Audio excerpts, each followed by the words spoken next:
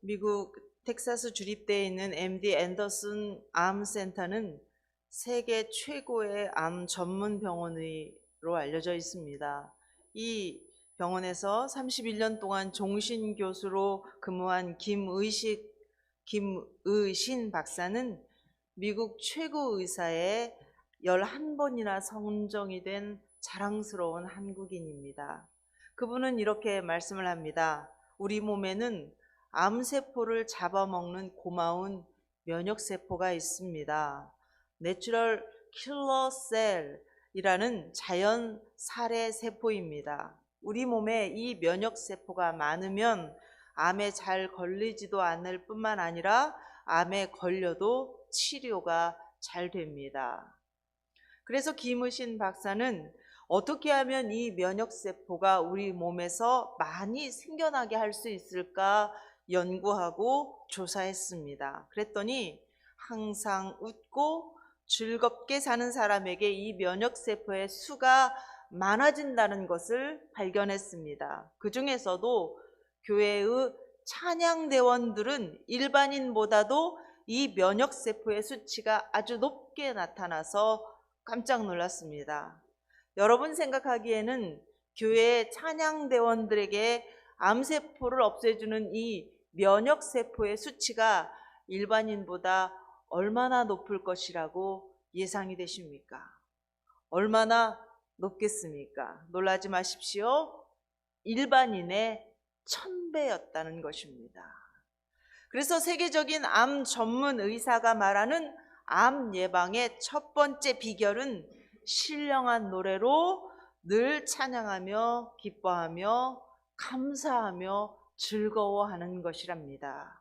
우리가 평소에 암을 예방하려면 건강을 조심하고 건강검진을 받고 보험에 드는 것도 좋은데 그것보다도 더 좋은 것은 임마누엘 찬양대나 소리 찬양대에 들어가는 것입니다. 만약 그렇게 못하면 두 번째 좋은 방법은 주일 오후 찬양 예배 시간에 누구보다도 더 기쁘고 감사하게 하나님 앞에 찬양하는 것입니다. 그리하여 우리는 하나님을 찬양하는 이 거룩한 찬양을 통해서 하나님을 영화롭게 할 뿐만 아니라 일반인보다도 암세포를 이기는 이 면역세포를 1000배나 높게 만들 수 있기를 주의 이름으로 축원합니다. 우리가 인생에서 실패자로 있을 때, 슬프고 외로울 때 그 사람을 치유하는 하나님의 방법은 함께 식사를 하시는 것입니다. 유대인에게 함께 밥을 먹는다는 것은 당신은 나의 가족입니다. 당신은 더 이상 혼자가 아닙니다. 라는 뜻입니다.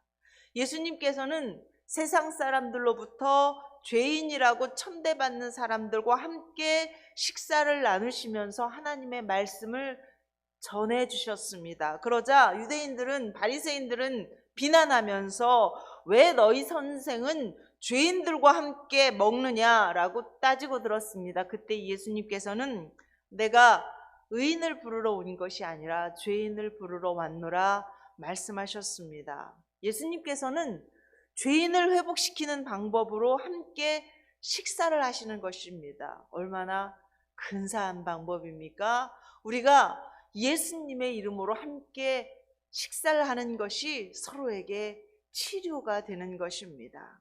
우리는 실패자를 위로한답시고 가장 먼저 잘못을 따지려고 듭니다. 이것은 이렇고 저것은 저렇고 이게 이렇게 된 것이니까 앞으로 이러지 말아야 한다라고 짚고 넘어갑니다. 이것이 우리의 날카로운 방법입니다. 죄인을 더욱 죄인으로 만들고 우리를 의인으로 만드는 이 방법이 우리가 세상이 죄인을 치료로 한다는 무서운 방법입니다. 그러나 예수님께서는 아무 조건 없이 그들을 식사의 자리로 초대하시고 그들과 함께 교제하시는 것으로부터 그들을 치료하십니다. 예수님은 따뜻한 음식을 나누시는 것으로 죄와 슬픔과 우울함으로 만신창이가 된 하나님의 백성들을 구원해 내십니다. 그래서 실패자일수록, 외로운 사람일수록, 마음에 상처가 있거나 또는 죄로 인하여 하나님 앞에 나오는 것이 두려운 사람일수록 예수님의 교제의 자리에 더욱 가까이 나와야 합니다.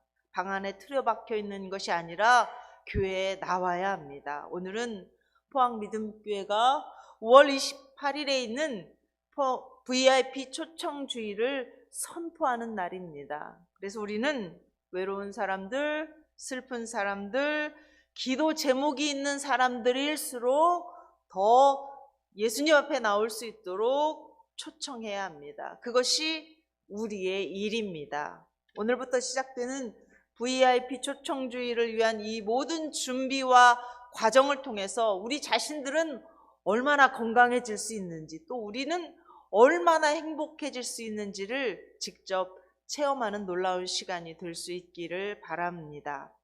오늘 본문에서는 이른 새벽에 디베라 바닷가에서 예수님과 함께 식사의 자리가 펼쳐지고 거기서 나누는 대화의 말씀입니다. 부활하신 예수님과 제자들은 오늘까지 세 번째 만나서 식사를 하는 자리인데, 이 자리가 마냥 편하고 화기애애한 자리가 될 수는 없었습니다. 왜냐하면 제자들은 지금 모두 제자직을 버리고 원래의 본업인 물고기를 잡다가 예수님을 만났기 때문입니다. 오늘 본문 21장 2절과 3절 말씀도 한번 보겠습니다. 21장 2절 3절 말씀 같이 읽어보겠습니다. 시몬 베드로와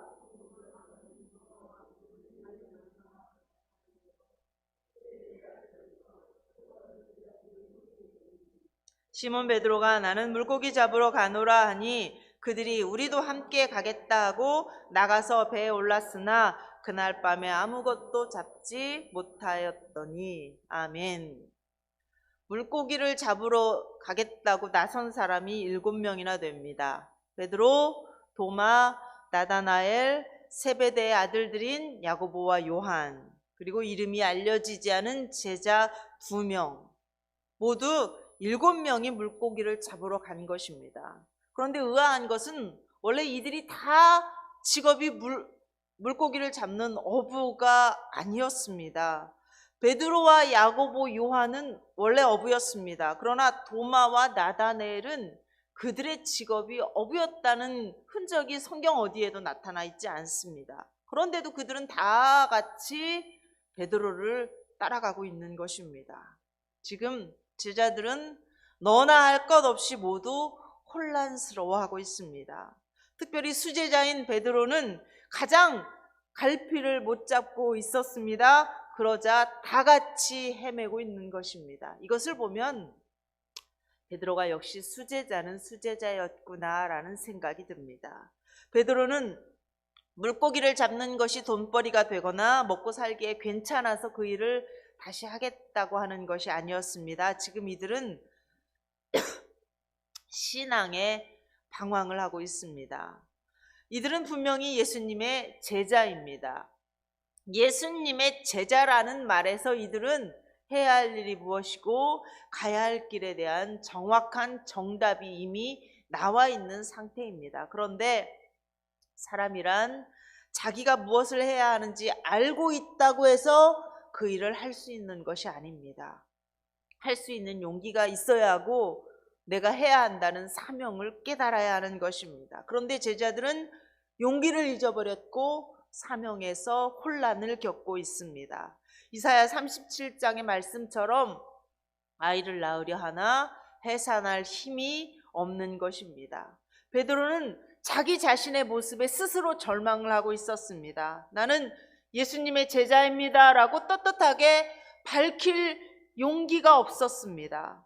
디베라 바닷가로 오기 전까지 부활하신 예수님을 2번이나 더 만났지만 베드로는 예수님과 만나는 그 자리에서 한마디도 하지를 못했습니다.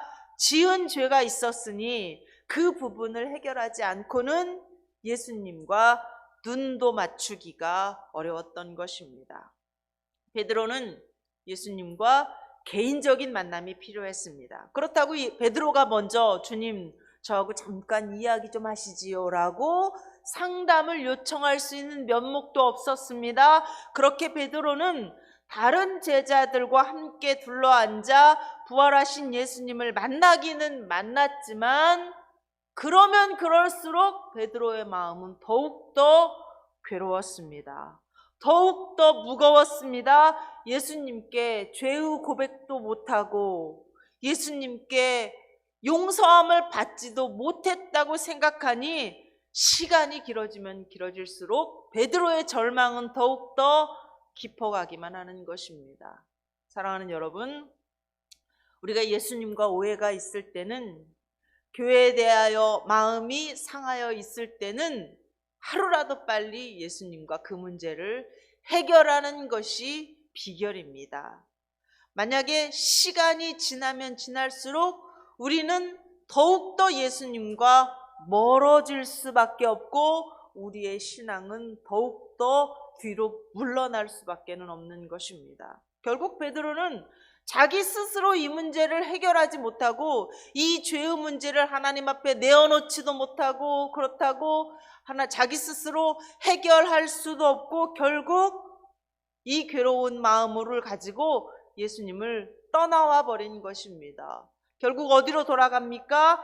고향인 갈릴리로 돌아와 버린 것입니다. 갈릴리 호수는 호수가 너무 크다 보니 갈릴리 바다라고도 불렸습니다. 그리고 로마의 통치 아래에서는 황제의 이름을 본따서 디베라 바다라고도 불렀습니다. 똑같은 곳을 여러 가지 지명으로 불렀던 것입니다. 그런데 이 장소가 참으로 절묘합니다. 베드로는 예수님의 제자로서 완전히 실패해서 도망치듯 돌아온 곳이 갈릴리 바닷가입니다. 그런데 이곳에서 누구를 만납니까?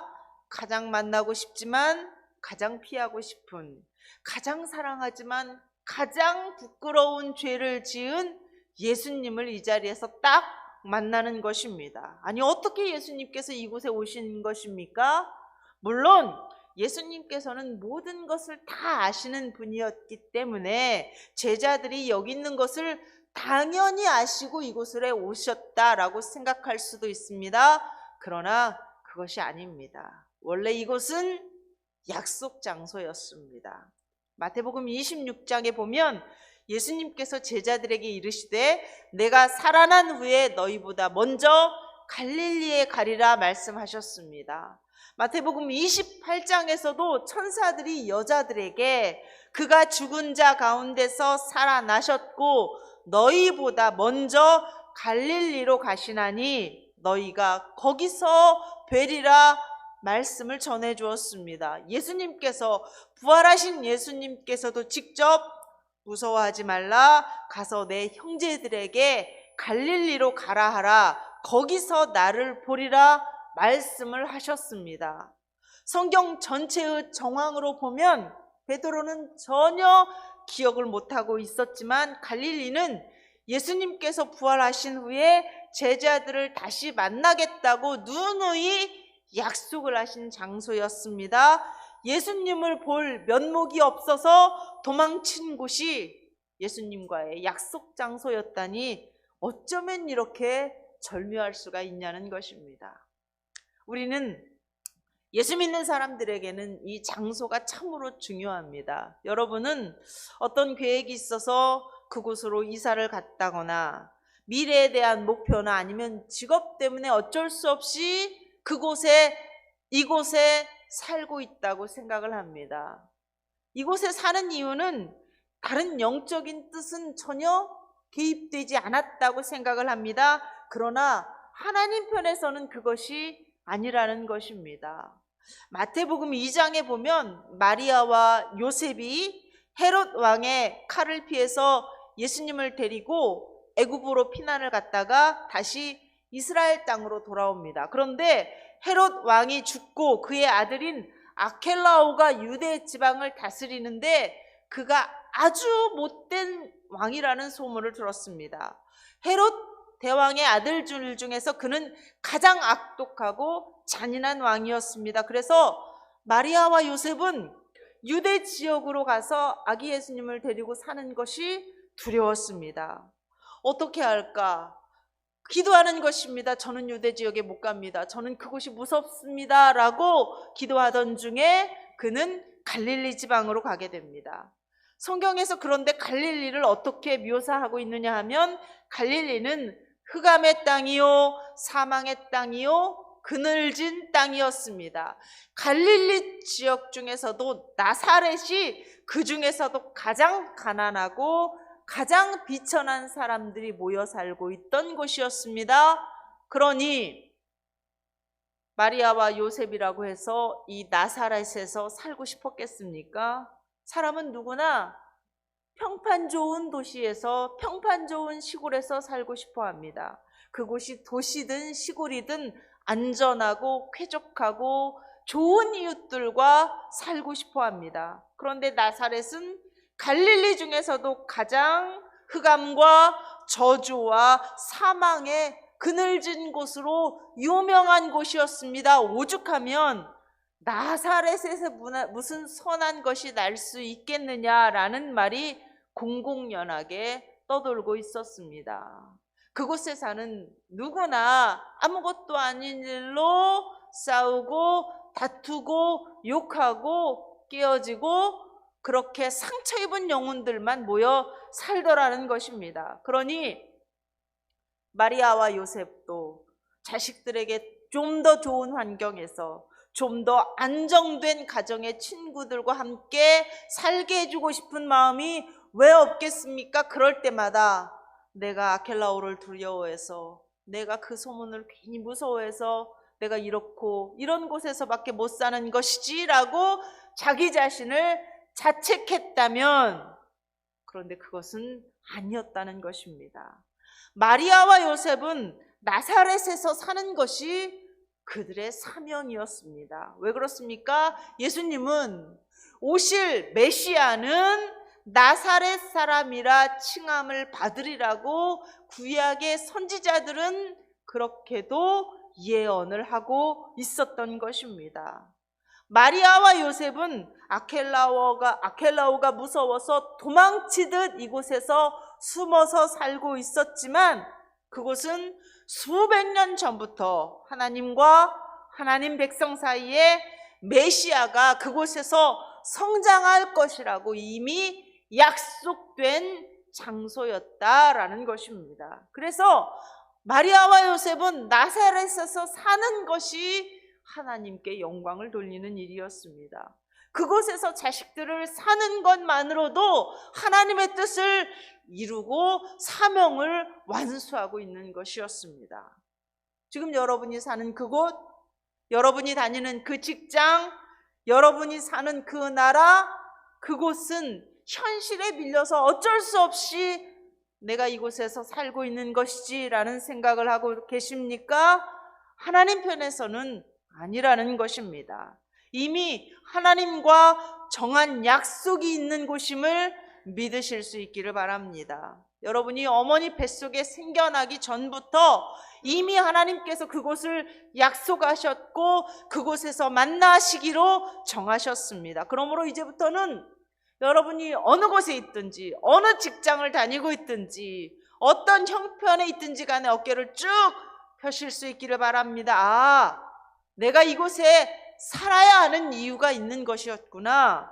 내가 여기서 만나야 할 사람, 내가 여기서 전도해야 할 VIP가 있는 것이구나. 내가 하나님의 일을 해야 할 사명이 바로 지금 이곳에 있었기 때문에 나는 여기 있는 것이구나 라는 사실을 깨달으실 수 있기를 바랍니다.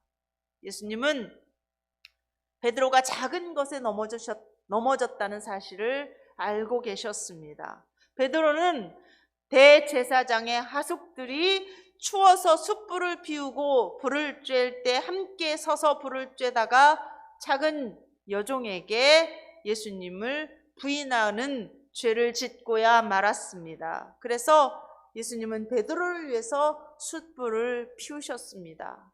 숯불이라는 단어만 나와도 베드로는 그 앞에서 예수님을 모른다고 했던 자기의 죄가 생각나는, 너무나도 생각하기 싫은 상처가 되는 아픈 단어이지 않겠습니까? 그래서 예수님은 이제 이 숯불에 대한 트라우마를 베드로가 벗어버리기를 원하신 것입니다. 어떻게 하면 그것이 가능하겠습니까? 예수님과 함께 그 숯불에 앉으면 되는 것입니다. 예수님은 숯불 앞에서 베드로에게 내가 나를 사랑하느냐 물으셨습니다. 이 질문은 예수님이 베드로의 마음을 몰라서 물어보시는 것도 아니고 베드로를 책망하시려고 물어보시는 것도 아니었습니다.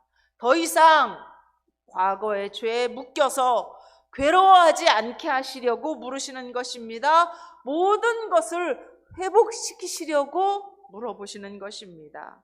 이 자리에는 베드로뿐만이 아니라 도마와 나다나엘도 세베대의 아들들도 같이 있었습니다. 이들도 베드로의 잘못을 알고 있었습니다. 예수님을 모른다고 부인한 사실을 알고 있었습니다. 그러니 베드로의 수제자로서의 권위를 인정할 수가 없는 것입니다.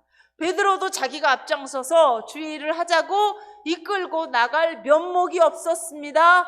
그러니 이 문제는 반드시 짚고 넘어가야 하는 문제인 것입니다. 그런데 오늘 이 바닷가의 식사의 자리에서 예수님께서 직접 베드로에게 하나님의 일을 맡기십니다. 내 양을 먹이라, 내 양을 치라, 그것도 3번이나 말씀하셨습니다.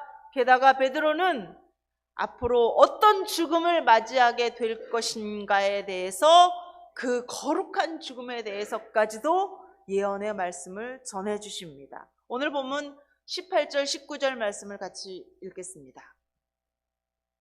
18절 19절 같이 읽어보겠습니다. 내가 진실로 진실로 내게 이르노니